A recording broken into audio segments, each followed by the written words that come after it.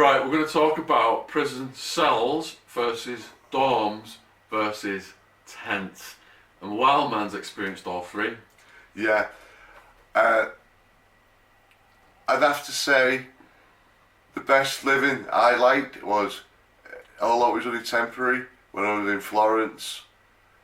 That was my second prison. When you go there, they put you in these big tents. What they are, they're like old army tents. And I think they man like 16 people. Big huge fucking tents like. And they have a big space heater of winter, and they have a big huge fan of the summer. But tent living was good because you've got the freedom to actually, at the night time, I mean the toilets were like 150 yards away, so you got the freedom just to walk around of the night time. You can have a fag, you can chill out, you can like go to other people's tents. I mean, if you get caught going to other people's tents, you can get done for it. But you roughly know what time they're going to walk, and you know to be back in your bed by that time. A couple of tickets I've had where I got caught out, where they've walked early, and I've been in an unauthorised place. That's because I've been visiting other people. What's the bunks in the tents like? Well, the single, what it is it's single. It's a single bed. Yeah. And you've got your locker there. Yeah. And you've got your metal desk there. Yeah. But you're in a tent. Okay. And the next one's the same. I see. And you got like a little, your little wall. So you got your own space. You got your own it's not space. A bunk situation. No bunks. Yeah. It's like 8 people. In Durango, I've never been there. That was in county, but they're all bunks. Yeah. But I wouldn't like that personally. But you got your own space. It's just that you need a tent, a big huge fucking tent, and like, in the winter it does get cold, and in the summer it does get fucking hot. But it's kind of cool living in a fucking tent. I mean, I've told the story about fucking making ink and nearly burning one down, but it's kind of cool just to have that freedom, be able to walk up, go to the block, and go and have a piss, and then walk back down. And you can't do you for that, you know what I mean? So you can actually go out and have a fag. It just gives you a little bit of freedom, even though you're locked up. You can have a little walk around, which is nice. So the toilet's like a separate building then?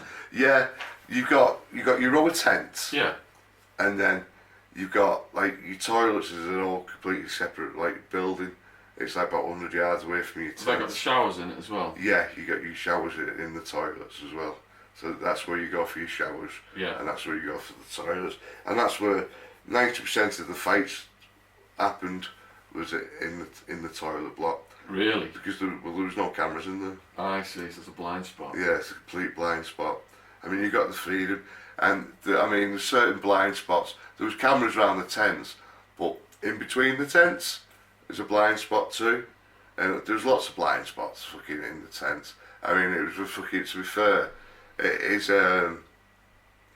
a medium camp for a reason. You can get up to all types of fucking mischief. You really fucking can. When I first got locked up, I was in Steiner Red. That was strictly, it was a dorm, but it's like a prison within a fucking prison, really. Because you're on a yard, and then you got Steiner Red there, you got Steiner Blue there, but you're locked in, and then you're only allowed out when they say you're allowed out, and anything at all goes wrong.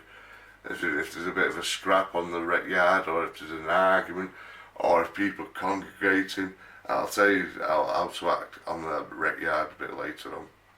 But I mean, anything happens at all, you're locked down. It's just like fucking, you don't get much freedom in the dorms, and it's like cells is good. I don't mind the cells. How many people are in the dorms?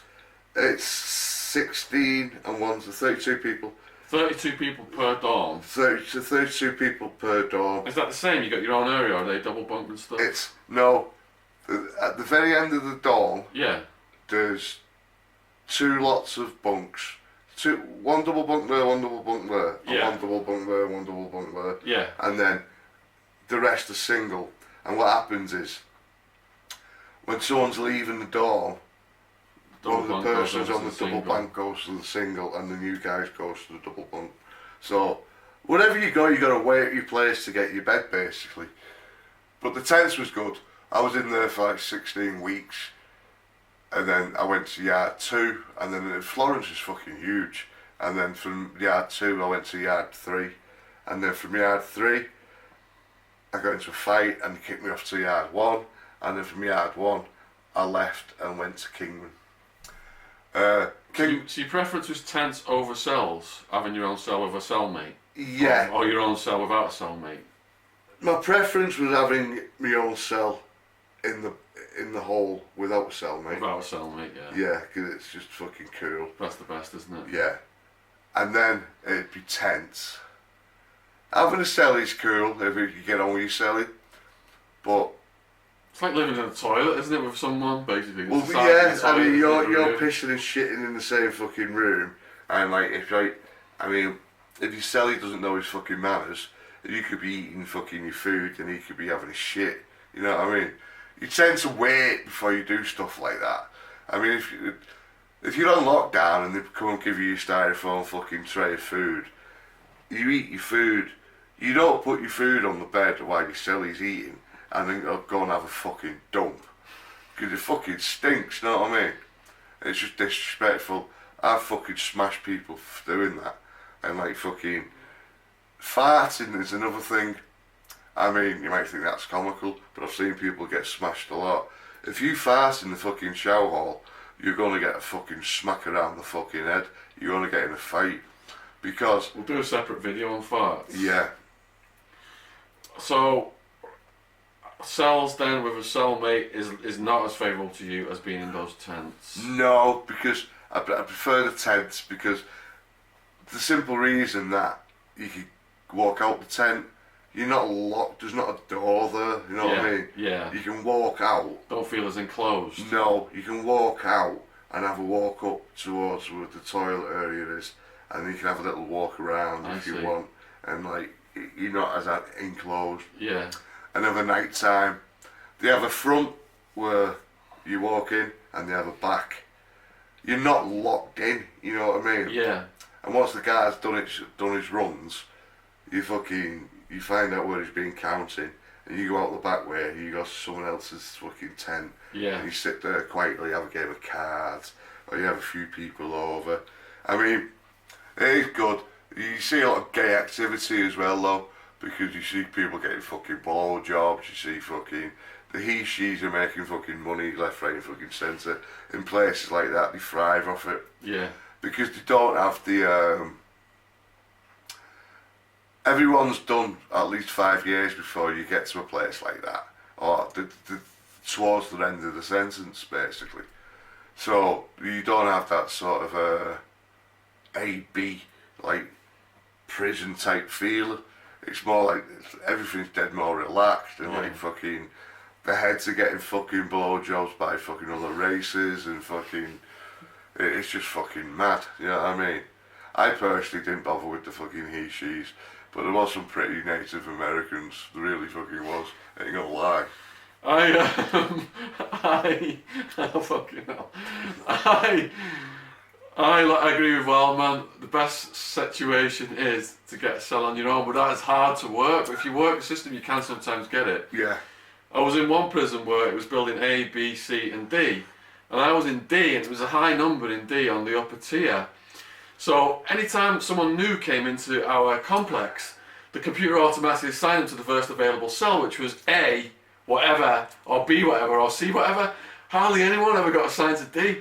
Now, I had this cellmate, he was a cool dude for a while, Long Island, and when he got moved out, every time the new prisoners came in, I was like, oh fuck, here we go. Well, they'd go to A, wouldn't they? If they went to A, yeah. Or if A was full, they went to B, and I'm watching it go up to A, B, C, and almost get to me and then stop. And I managed to have that cell for a while. Only time I ended up in a dorm was in deportation prison, federal prison. Oh, Is it Florence? Florence, Deportation. yeah. And because it was all people getting kicked out of the country, it was nearly all Mexicans. They're all bunks, aren't they? Yeah, and it's all bunks. There's a big shower there. And you know what? The Mexicans were some of the most polite prisoners I ever Yeah. met. They were buzzing off me being English. I spoke a bit of Spanish at that point, but because I hadn't been used to dorms for 6 years, it was a bit much on my head. And with all these people around me, It's loud. and everyone's sitting on everyone's bunks, and you can't sit on people's bunks in the prison system. No. So that kind of like freaked me out at first, being in a dorm like And that. immigration is very loud too, because you got them singing, you got them like, it's like, Yeah. there ain't no, because not everyone in the immigration are like, I've been in immigration 3 fucking times, and not everyone in there are actually prisoners. Some of them have just got caught crossing the border.